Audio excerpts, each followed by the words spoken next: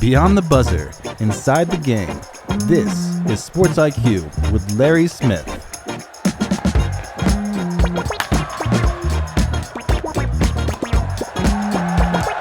Hey, welcome to Friday. Welcome to the weekend. Larry Smith here with SportsIQ. Good show coming up. Listen, I've got the day off to take care of some personal things, so producer Tony's going to jump in and carry the bulk of this. Great interviews coming up. Producer Tony's got Cole Thompson. We'll talk a little SEC football. If you have not heard Cole Thompson, stick around for that. He's one of the more entertaining guys on the radio, on podcasts, whatever. Love we get him on the show. Always entertaining, and we'll get his thoughts as we get closer to the college football season. And then a bit later, talk a little Spurs right now. Jonah Kubicek is joining us. Things in San Antonio. Listen, it was euphoria earlier this month when they knocked off the defending champion Thunder. Not so much, falling in 5 as they ran up against a buzzsaw in New York. But we'll talk about all of that here coming up. So again, can't wait to hear that. Producer Tony, let's get to some top stories and some headlines. Thanks, Larry. And, let's start our Friday afternoon here as we get ready for the weekend with a little bit of news about the World Cup. In case you missed it, because the game was really late last night, Turkey beat Team USA 3-2 in the final game of group play for each side. Don't worry, Team USA fans. The USA had already clinched a spot in the knockout round of the tournament because they won their first 2 contests. U.S. head coach Mauricio Pochettino really used this game to get a look at as many players as he possibly could and get them on the pitch for the first time in some World Cup action so that they could be ready in case they were called upon in the later rounds. This game was really more of an exhibition than anything else for Team USA because Turkey had already been eliminated. The USA had already moved into the round, so it really was nothing more than an exhibition match going on. But now preparation shifts to July 1st. The United States will have to play Bosnia and Herzegovina in Santa Clara when the World Cup really gets going as we hit the round of 32 and the knockout stage begins. Remember, in the knockout stage, 1 loss and you're out. There's no more group play, no more points to accumulate. Lose the game and your World Cup is over. There are some fans of the nation of the Ivory Coast are celebrating today. Well, let's be real. They probably started celebrating last night and have continued well into today, I'm sure. Nicolas Pepe scored twice as Ivory Coast reached the knockout round of the World Cup for the first time ever. Congratulations to the Ivory Coast. They had a 3-2 victory, which eliminated Curacao. Sorry, Curacao, no round of 32 for you. Curacao was making their first ever appearance in the World Cup. Did well. They'll have to try again to get to that knockout stage at some future time. Pepe gave his country a lead in the 7th minute of the contest, which was played in Philadelphia. He would score again in the 60th minute to really seal the deal for Ivory Coast and again, move them ahead to the knockout round for the first time ever. Ecuador was playing Germany yesterday, and Ecuador fell behind early in the match, but the Ecuadorians rallied for a big 2-1 win in New Jersey to put themselves into the last 32 of the World Cup. Leroy Sané scored early for Germany. The Germans had already secured their spot in the knockout round with wins in their first 2 matches, much like Team USA had done. Ecuador's Nilson Angulo evened the score up at 1 apiece with a goal in just the 9th minute of play. Gonzalo Plata netted the winner with 13 minutes left to give the South Americans 4 points, which put them at the top of the 3rd place standings, because in this new World Cup, the top 8 3rd place teams get to go into the next round. So congratulations to those who have moved ahead into the next round of World Cup play. We got much more ahead here on SportsIQ. It was a big night for the WNBA's Toronto Tempo. And in just a few minutes, we're going to be joined by our good friend Cole Thompson to talk about some college football.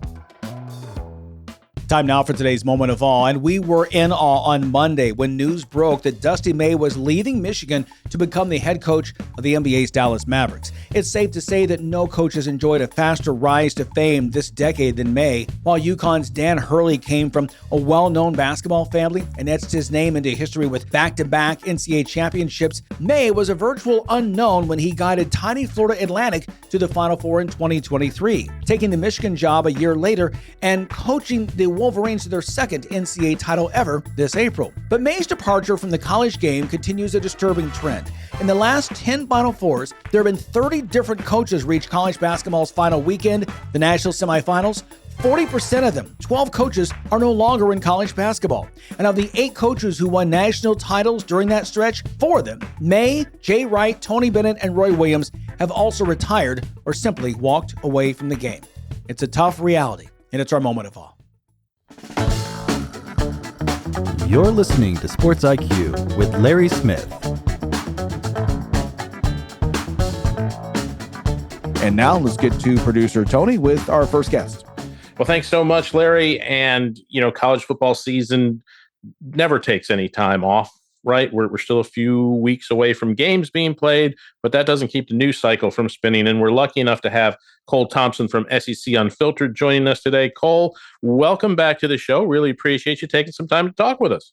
Tony, college football is turned into the NFL light because there never is an off season. And unlike the NFL, you don't have to worry about, just owners being a little bit crazy and saying dumb things. No, instead we have to get Ken Paxton and the Attorney General of Oklahoma and the Big 12 having a civil war, going full Hatfield and McCoys against each other, which is why this is the greatest sport to ever exist. And you can't tell me otherwise. Consider WWE on steroids. That's what you get when you get college football. Absolutely. I mean, this whole Brenden Soulesby deal, Cole, right from the beginning was just, oh my God, so crazy. And it really felt until Soulesby came out and said he was going to try to apply for the supplemental draft and, dropping all these lawsuits and forgetting about it, really looked like we were headed to some sort of nuclear option when you had Big 12 fighting against Big 12. Like you said, Ken Paxton, the Attorney General of Texas, telling people you can't do anything to enforce your rules. It was just, we've talked about college football being the Wild West. This was beyond the Wild West. We're going to a level of where we have a 22-minute video that feels like a hostage situation out in Texas Tech where people are trying to gaslight you into believing they've done no wrong. And I want to make this abundantly clear. I'm not punishing Texas Tech and Cody Campbell and Joey McGuire and Kirby Hocutt. I get why they're trying to play the game when there's no rules in this function. You are going to do everything in your power to keep you at the forefront. But let's not act like that Brenden Soulesby is a victim here in any of this mess. Brenden Soulesby knew what he was doing when he decided to place over 2,600 bets between his tenure at the University of Indiana and Cincinnati. And he knew he'd be breaking the Cardinals' sin if he ever got caught betting on games for a team that he played for. And it wasn't his own stat line, but still, this is what kept Pete Rose out of the MLB Hall of Fame. This is a higher standard than what Reggie Bush did or what Terrell Pryor did or what Jim Tressel did. And they were given basically the death penalty and shunned from college football for decades because of lesser tier materials. And so whether or not you think that Brenden Soulesby is a qualified quarterback and is somebody that can elevate your team, Soulesby broke the rules and now put himself in a position where regardless of if he ends up learning from this mistake, because if, let's call it as is, he's a kid, he makes young mistakes. He's now 22, so he's not a kid anymore, but he made young mistakes. I think that he learned from the errors of his ways. It was brought to the attention of Texas Tech, and I genuinely wish the best for him, especially in the month of June, because it is Men's Mental Health Awareness Month, and there are things that we go through with addiction and depression and things that we hold deep down inside, and we're told as men, we have to hide it and bury it and not allow ourselves to ever feel anything and just suck it up and go to the next way. But you still broke the rules and there are consequences. Even though I'm speeding at 115 miles per hour and the guy going next to me is at 120, a cop pulls me over, I'm still at fault. That's where we are. And so I understand where you come from Texas Tech side, but at the end of the day, I think the Big 12 is making a right decision to not play Brenden Soulesby. And to be completely transparent, Tony, I didn't think Brenden Soulesby was worth all the hoopla to begin with. I genuinely don't know a program that would ever be able to stand on 10 toes for any player in college football, outside of maybe Tim Tebow. And let's be real, the reason why it would be Tim Tebow is because the guy is a walking green flag. And if you ever heard this thing ever come out about him, the first thought would not be Tim Tebow was gambling on games. The first thought is, who's using Tim Tebow's name as a way to be able to go get seniority privileges here? Right. Absolutely. You cover the SEC extensively. We noted that a couple of schools, most notably Georgia, had said, we're just not going to schedule Texas Tech for anything. Do you think that played a role in getting this to an ending conclusion? Because look, if you've got colleges going on saying, I'm not going to play you, I'm not going to play you, you help this, you help that, we're really in a dangerous position at that point. The reality is, though, Tony, if we're going to go to a 2014 college football playoff, Texas Tech, with the money that they have and the backing from Cody Campbell and the way that they have been able to build, I think, a very balanced roster, they don't need Georgia on the schedule to make the college football playoff. Now, would it benefit them if they want to have more representation in the Big 12? And let's say that they were the runner-up in the Big 12 title game. Absolutely, it would help. But I don't think that was the reasoning behind it. I'm still trying to talk with people and find out more information. I think that there was a common ground period between both sides of this just isn't going to work out for us in either way. For Texas Tech, they're going to have multiple teams in their own conference say, we don't need you on our schedule, or this game shouldn't count. We shouldn't be penalized because if you have a quarterback that violated NCAA and legal parameter bylaws that were unconstitutional in the grand scheme of the public eye, so we shouldn't be penalized for this, which is where they won't schedule those type of games, which could lead to an ultimate dismay and eventually the independence being called for Texas Tech. But for Brenden Soulesby, I think on the flip side, look, whether or not it's fair, there will be people who, if he did stay in Lubbock and he was suspended for those first two games, and he comes on out and he plays Houston on a Friday night, and that first pass is a pick six, there will be fans, whether or not you believe it, that will say, did he plan that?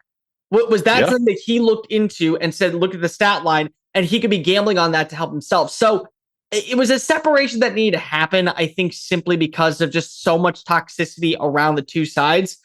But it doesn't happen because of Nebraska and Georgia and Texas A&M and other schools are saying, well, we won't schedule them in other sports. I don't think it's at that level. I do think that it's more so just a clear indication of, if the Big 12 is going to try to find every reason for us not to be scheduling games or for us to be punished and this go against our record, it's not worth the headache to continue to deal with this left and right. Yeah, absolutely.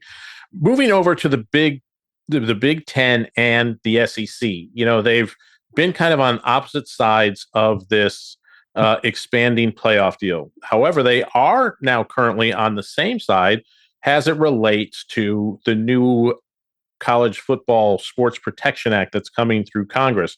Both of those big conferences have issues with some of the things that are in there. Are they going to continue to wage that fight with Congress trying to get to people in the Big 12, people in the Big 10, or people in the Big 10 and the SEC to advance their cause on why this measure they think doesn't really work? So with Congress, and especially with Senator Ted Cruz trying to make the Save College Football Act a thing, they would need the agreements from all four major conference commissioners, and probably they would need the backing from several of the minor G5 level commissioners, Sun Belt, Conference USA, Mountain West. The bottom line is that while in theory they're trying to make it more of a balanced approach, Tony Petitti and Greg Sankey have no interest in signing that bill. They understand that as of this point, they truly do run college football. And whether or not it's fair to say that you look at these two conferences and we shouldn't call it the Power Four, we should just call it the Power Two. If you tomorrow had Greg Sankey and Tony Petitti do the quote unquote alliance that the other conferences did when the SEC and the Big Ten were acting out, if you had them do that, they would be able to go convince every single media consummate, go sign with us. We will be our own entity. And whatever is the leftovers for that conference, you can take what the revenue you think is worthy of in return. So really, until there is a fair and competitive balance to where the SEC and the Big Ten will constantly be at the forefront of all conversations of these deals, nothing is going to get done, especially with these two acts. It's the same thing with the college football playoff expansion. Eventually, I think that we will get to 24 teams, and it's disgusting that we're going to hand out participation trophies to a 7-5 Oklahoma and an 8-4 Iowa when you should actually have to play and win meaningful games. But the way to get there is by making sure that the Big Ten and the SEC have the most representation. Because and this is the thing that is very funny to me when I talk to Big Ten and ACC and Mountain West fans about like how, well, we want more expansion because it's going to be fair for us. Guys, I don't know if you know this. This is still going to be the SEC and the Big Ten Invitational, and you have a first-class ticket to be able to be a sacrificial lamb on the wall for them. Like that's what it's coming to. If the Big Ten and the SEC tomorrow said, we want to call up Kirby Hocutt, and we want to call up Notre Dame, and we want to call up in 2031 when the media rights deal ends for the ACC, Florida State, Miami, Clemson, North Carolina, and we're going to create our own conference. And you, Pitt and Boston College and TCU and Baylor, you can do whatever the hell you want. They could do so because if they do own most of the media rights contracts, and at the end of the day, media and ratings is what's going to continue to drive the sport. It's not being run by people that love college football anymore. It is being run by television executives and bankers who are trying to add a quick buck into their pocket and not care about the sanctity of the sport. And unfortunately, whether or not you are a purist college football fan that loves the SEC and the Big Ten, Tony Petitti and Greg Sankey are going to do what's best for their conference. And what's best for their conference is to be at the center of attention, which means you play that game of being able to get more revenue by forcingly giving up alignment, geographical alignment, rivalries, and other games like that.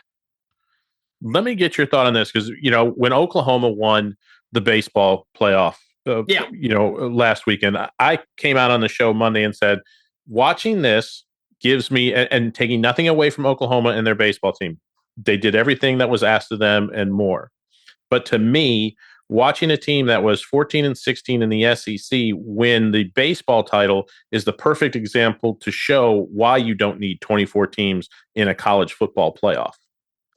To a degree, yes, baseball is weird because baseball is all about momentum, playing at the right time. And maybe we could say that about a 12-team college football playoff because, to be fair, Ohio State was the 8 seed and they won the national title. And then you have 10 seed Miami go face off against number 1 Indiana. And if not for a bad interception on the final play of the game, Miami has an opportunity to actually win that game in their own backyard. So playing with momentum does matter. I think that there comes a finite line. Like in baseball, you have 2 or 3 pitchers that you think could probably make it at least into a major league system. Maybe not even the major leagues, just into the minor league system for a while and really good bats. In football, you don't have elite players that are going to be able to go toe-to-toe with the Georgia of the world. Like nobody is looking at that Ohio State-Miami game and saying that when you have players like Malachi Toney and Ruben Bain and Akeem Mesidor and really good secondary play, that they're going to falter and not be able to at least be competitive. But when you throw in, say, like this instance, one of the last 4 teams in with Oklahoma, one of the last 4 teams in with Appalachian State may be able to pull off the upset. Like it happens in sports all the time, and I'm never going to take that away. But can you do it 5 times? That's the big question. And it's a big reason why, again, when like you talk about Alabama, like Alabama getting in over Notre Dame in the playoffs, Alabama wasn't rewarded for getting into the playoffs. Alabama had to play an extra game at the end of the year that wasn't promised. They beat the head-to-head, which is why they got on in. But here was their pathway. Road game against an Oklahoma team that already beat them. If they would have won that one going up against the number 1 team in the country that was a juggernaut that nobody could slow on down in Indiana, if they won that game, either Oregon or Georgia, and then they won that game, Miami, so they had to play 4 more games to guarantee their spot on in. That was never going to happen with the way the roster was constructed. So, yeah, I mean, if we go to expansion, I'm not saying that it's a terrible idea because of it would be bad matchups. But the reality is that all you're doing is you're taking away bowl games that used to have meaning and throwing a team in to be a sacrificial lamb where if they get the upset, that's great, but they're going to get their asses kicked the next week when they play Ohio State, or they're going to get absolutely mollywopped when they take on Indiana, or Alabama's just going to be sitting and chomping at the bits waiting for an opportunity to go ahead and shut their asses down. That's what happens when you go to a 2014 playoff. Nothing changes of expectations or, oh my goodness, we're going to see the big Cinderella. That doesn't exist in college football. It can in baseball because of more often than not, you're looking at a few pieces here and there that separate a team. Indiana versus an Appalachian State or an Oregon versus an Old Dominion. We already watched how that played out. It was called James Madison versus Oregon on a Friday night. Right. Yeah, it really was. And like I said, I'm not a fan of the 2014 playoff. I like 12. I could be convinced and talked into 16, but I really think that that's like it for me. I think 12 is really where we need to kind of stay at, I think. I said 8. I thought 8 was a perfect number because at that point, it's really hard to argue a 2-loss team getting on in, especially this year. Because a team that would have gotten in would have either been a 1-loss team or an undefeated team. And so it's like, we're not sitting here and saying, well, Miami belongs in or Notre Dame belongs in or Alabama. You lost 2 games. Losing 2 games should have a penalty towards you. Yeah, absolutely. Cole Thompson, thank you very much. Cole Thompson, SEC Unfiltered. Check him out. Always great information and always so passionate about the sport of college football. Love talking to you. Love having you on the show. Have a great weekend. Enjoy some downtime for 48 hours. You're the best, Tony. Take care, man. Take care, everybody. We're going to be right back on the Sports IQ after a quick timeout.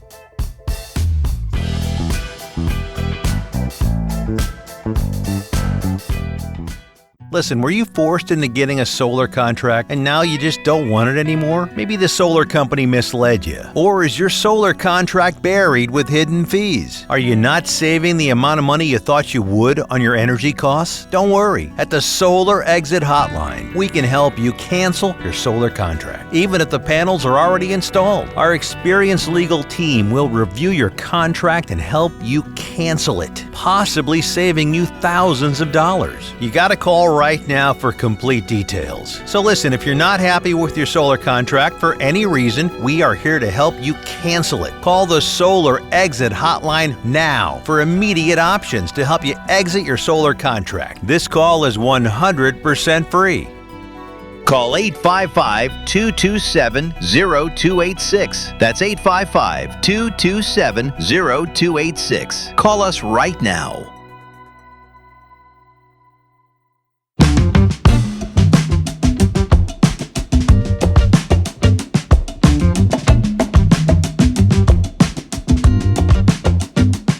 Once again, glad you're with us here on this Friday as we continue. I've got the day off today, so producer Tony has some more stories.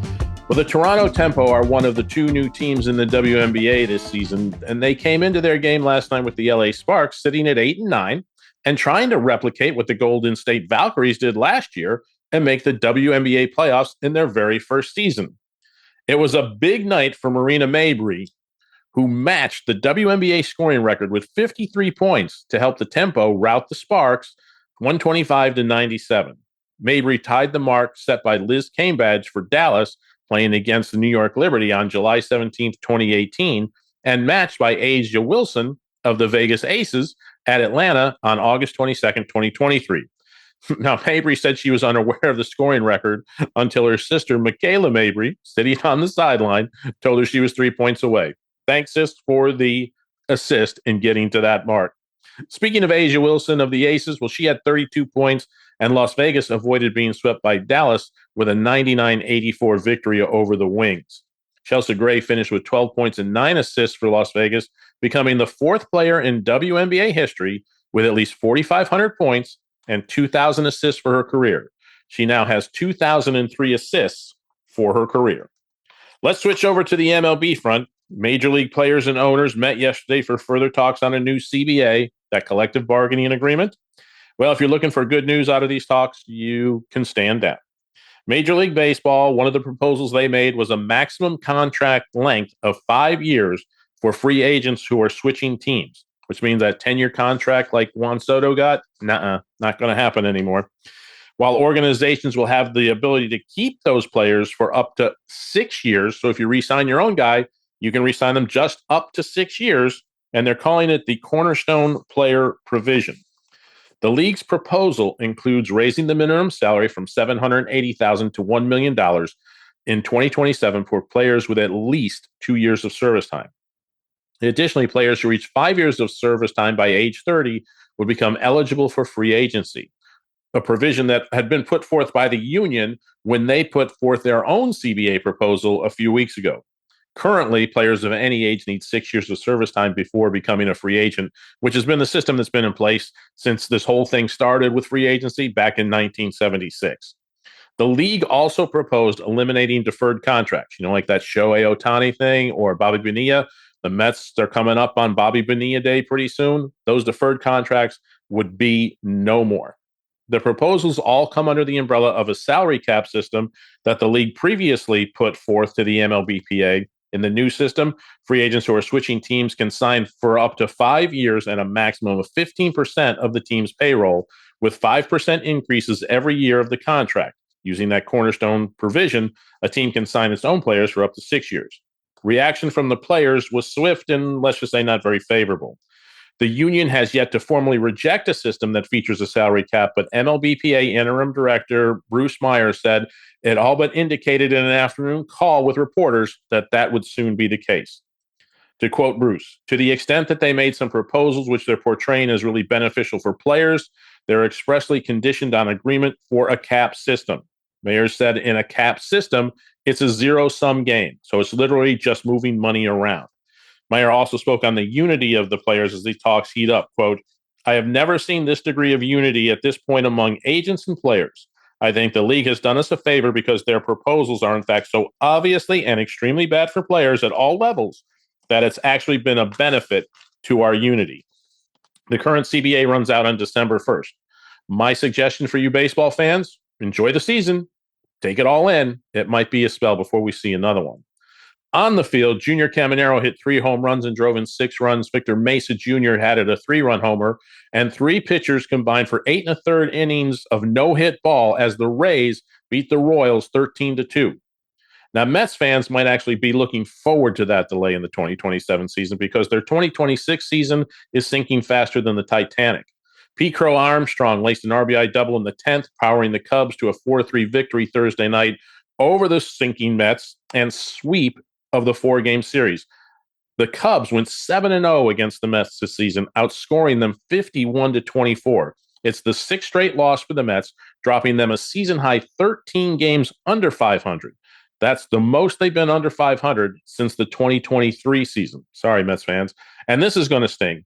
If you recall, it was Crow Armstrong is a former first-round pick of the Mets who was sent to the Cubs in the Javier Baez deal in 2021, and he delivered that tie-breaking hit off Brooke Raley.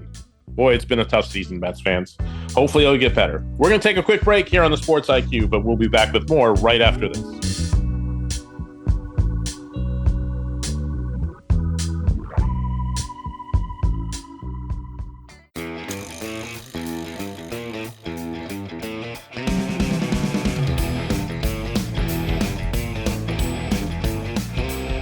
We continue here. Producer Tony is with our next guest. Well, thanks very much, Larry. And let's continue our conversations. You know, NBA season's over. We've got a champion. We've had the draft. Everything's kind of been settled, but there's always still a lot to talk about. And today we are joined by Jonah Kubicek. He is with roundtable.com. Jonah, thank you so much for taking some time and talking to us today. Thanks for having me. So, Jonah, let's kind of dig in a couple of teams that you cover, the Mavs and the Spurs, so we can kind of dig into both of these. But let's start with the Spurs. I saw what I felt was a shift among the league to some more bigger players. And I think that is kind of in response to Victor Wembanyama. I think there are a lot of teams out there that realize they are going to have to deal with Victor for the next decade and a half or so in the coming years. And he's a tough man to deal with. And it seemed that height became a priority in this NBA draft, a little bit more over than the guards. There were a lot of guards taken early, but there was a lot of height taken after the top 10. How did you guys see it there? I saw less height and more strength. In Victor Wembanyama's rookie season, larger players were able to push him around a little bit. OG Anunoby pushed him around a little bit in the finals too, but in his rookie season, a lot of forwards and wings were defending him, and he was not strong enough. He was not heavy enough to stand up to those players. So he's put on some weight. We've all seen that. He worked out with the monks in China last offseason and put on a lot of muscle. I guess they were feeding him well over in the mountains. And in the draft, I think we saw a lot of Western Conference teams especially try to add muscle. Morez Johnson was picked 9th by the Mavericks. He's tall, sure, but he can push people around. And there's sort of a growing trend in the NBA of playing a little bit more physical, especially in the paint. And I do think that that is a direct response to Victor Wembanyama. Players like Nikola Jokic and Giannis Antetokounmpo are stronger. They're a little bit more bulky. You can't push them around. But players like Chet Holmgren and Victor Wembanyama and even Derek Lively a little bit in Dallas are sort of this new mold of big men who are a little bit more mobile, and getting under them and pushing them around is really the only way that I can see most teams defending them. If you get a player like Mitchell Robinson, who's really a stud on defense, he's the exception to the rule. But for the most part, I think players are going more. I think teams are more focused on strength than height. Yeah, I could definitely see that. How did you feel the Spurs draft? Now, there's not a whole heck of a lot of openings in that roster, but they kind of played around the fringes more than anything else. Is that correct? Well, when you're picking that late in the first round, there's no guarantee that you're going to get a starting quality player. I think looking at the Spurs starting lineup, at least, there is room for some improvement. It's clear that they need a traditional power forward to sort of bang down low. A lot of times, and this is a strength and a weakness, of course, but Victor Wembanyama will get pulled out to the perimeter to either shoot the three or to guard a three-point shooter. And when he's 26 feet away from the basket, their rebounding gets very lackluster. They give up a lot of second chance points, specifically because their best rebounder is playing away from the basket. So picking up a power forward from Kentucky, picking up a center from UConn late in the first round, neither of those players are expected to be an instant impact player right away, playing 25, 30 minutes, but they are expected to solve some of the problems that the Spurs had, especially against stronger and bigger teams in the postseason. Yeah, the power forward there from UConn, he provides some kind of muscle that you could play him next to Victor underneath there. You know, I'm not saying he's going to be a starter, but he could give you some quality minutes in that power forward role. He could. And when the Spurs ran out their garbage time lineups with Kelly Olynyk, Bismack Biyombo, and Mason Plumlee, those are three centers. That's three roster spots. That's three salaries. They're all free agents this year. And I think the thought is that Terrace Reed Jr. out of UConn will kind of be able to combine all of those players into just one, giving the Spurs a little bit more roster flexibility. I don't expect to see him much outside of garbage time, but at least the Spurs will have more flexibility at the end of their bench. Absolutely. Now, the big issue around the Spurs has been what might happen with De'Aaron Fox at this point in time. What's your inclination, having covered this team? Do you think they're going to stick with Fox? Do you think they may try to move on from him? You know, or are they going to try to bring in somebody else who's that? Because the one thing I noticed, Jonah, is watching that series unfold with New York, is that the Spurs needed some sort of veteran leadership, kind of a vet or two that are a little bit more longer in the tooth to kind of make up for some of that young player mistakes that tend to happen for a team that was in its finals for the first time in a long time. So multiple things can be true at once. After game 4, Mitch Johnson said that he wants the ball in De'Aaron Fox's hands.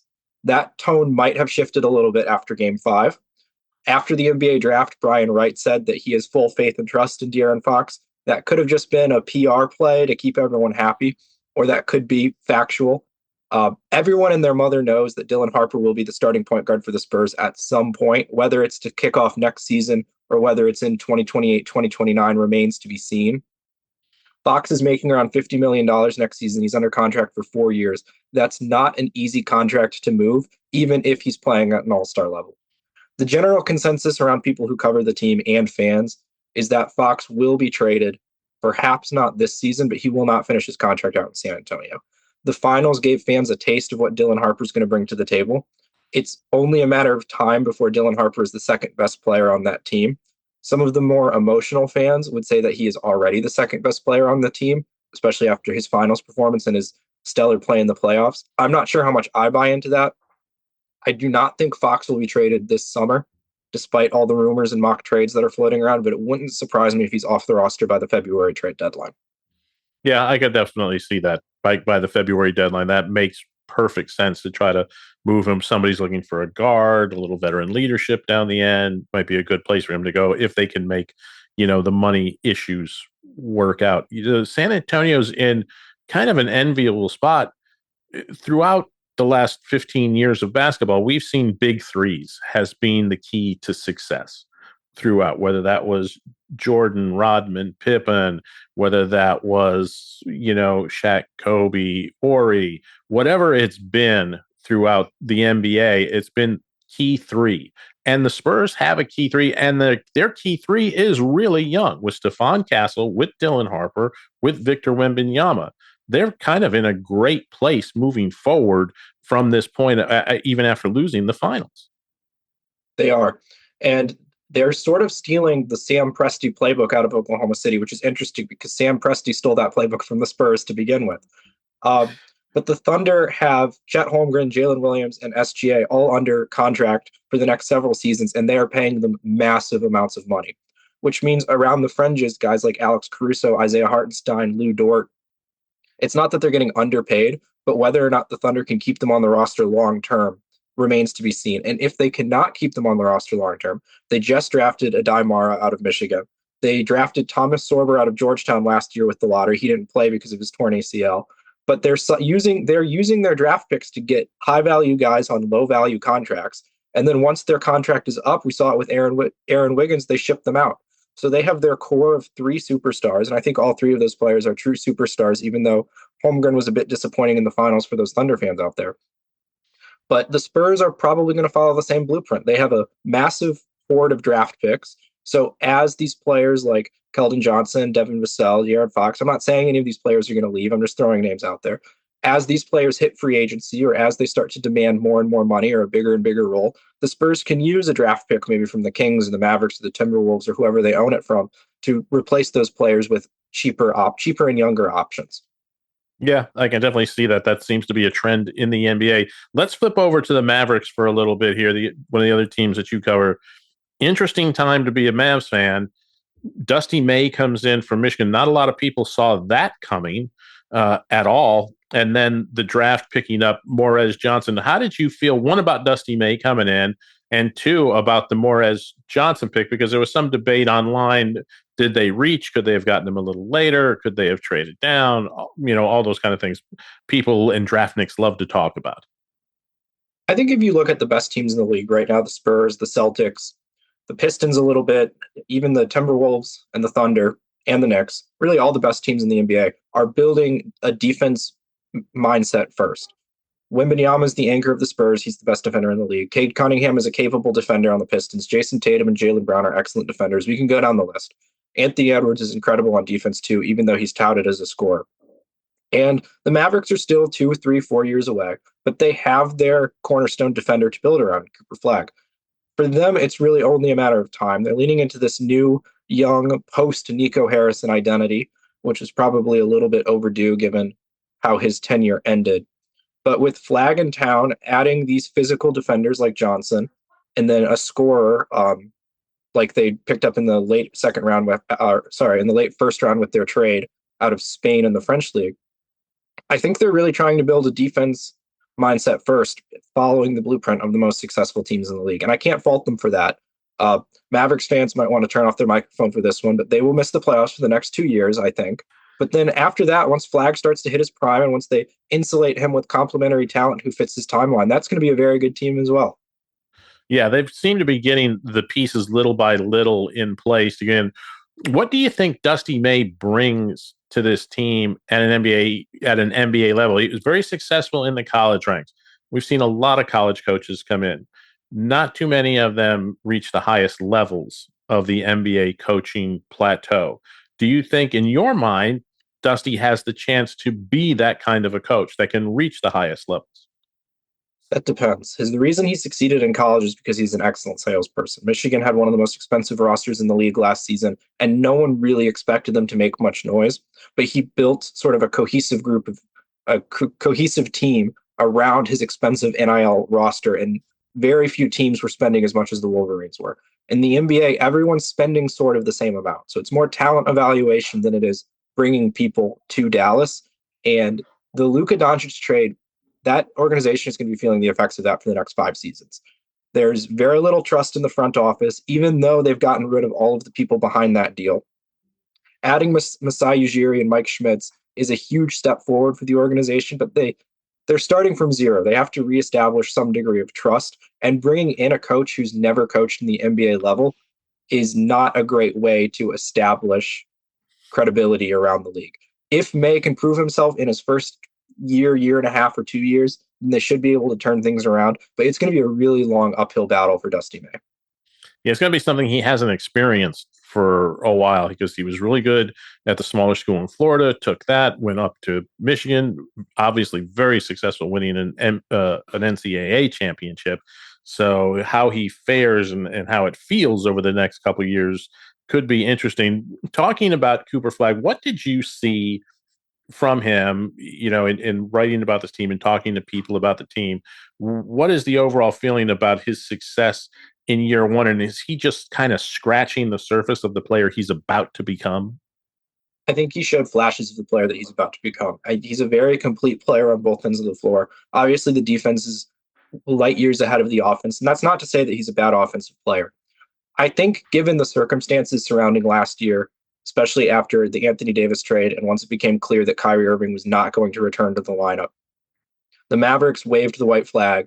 I think it was an intelligent move by Jason Kidd to just put the ball in Cooper Flagg's hands as much as possible, get him the ball handling experience, the playmaking experience, and the leadership experience too, which given Flagg's sort of competitive ego isn't talked about as much, but I think he's going to be a locker room leader before he can buy a beer. I mean, he's only 19 years old.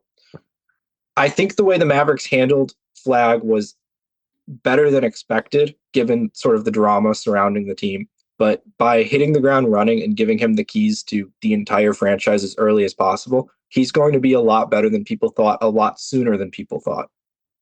Yeah, absolutely. Before I let you talk a little bit about roundtable.com, quickly, give me one pick in that first round that had you scratching your head. Was there one out there that you thought, oh my goodness, what are they doing? I'm not the biggest Darren Peterson fan. So Okay. seeing a player and that's not to say he's a bad player. If he's healthy, he's been compared to Kobe Bryant. I'm sure he will be an excellent, excellent NBA player. But the health concerns are very, very real. The fact that he sat out a little bit at Kansas, whether he was actually injured. If he's actually injured, then there are injury concerns. If he was just sitting out to sit out, then there are competitive concerns. So either way, I'm not 100% sold on the Darren Peterson pick. I really liked the Caleb Wilson pick. He was my favorite player coming out of the draft. That's not to say I think he's the best player coming out of the draft, but I think he's going to be the most exciting NBA player from the class of 2026. That sounds good. I like that. Tell us a little bit about roundtable.com, what you and some of your peeps have started here, what it's all about, and how can people get involved? Yeah, so we run two websites. We run spursroundtable.com and mavsroundtable.com, which is exactly what they sound like, bringing breaking news from San Antonio and Dallas as much as we can, providing offseason opinions and analysis. We try not to dip into the hot takes as much as some other websites, but you can't resist the temptation all the time. We've been focusing a lot on the De'Aaron Fox situation. We've been shooting down the rumors that we think are ridiculous and promoting the ones that we think can hold a little bit of water. We're very excited about covering two up-and-coming teams. Last year we were covering the Pacers. My team was covering the Pacers a little bit, so it seems like whatever team we cover will make it the finals run and then ultimately be disappointed in the very end. But we have an email list. We have a growing community. There's comment sections. There's places for fans to post their own thoughts, sort of like a more insular social media, so to speak. Excellent. Well, Jonah Kubicek, thank you so much for joining us here on the Sports IQ. We really appreciate it. Check out Jonah at roundtable.com. Get all your Mavs and Spurs news right there. Appreciate it. Have a great weekend, Jonah. Thank you. Thank you for having me. We're going to take a quick break here on the Sports IQ, but we'll be right back with more after this.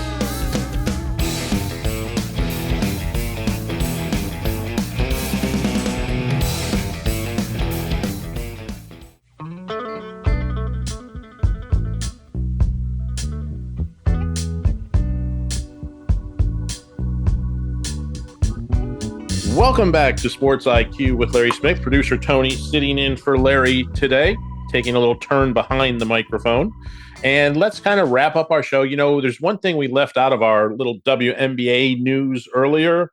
You remember yesterday's show where Stephanie White was really unhappy with the officiating in the game against the Phoenix Mercury that the Fever played in the other night? Well, the play that Caitlin Clark got hurt on or got her throat kind of punched on has resulted in a suspension. The league went back and looked at the play and issued a 1-game flagrant 2 foul suspension to Alyssa Thomas of the Mercury for putting her fist into Clark's neck. Now, Thomas wasn't called for a foul on the play, but they went back, did post-game review, and the WNBA issued that flagrant 2 penalty, which comes with a 1-game suspension.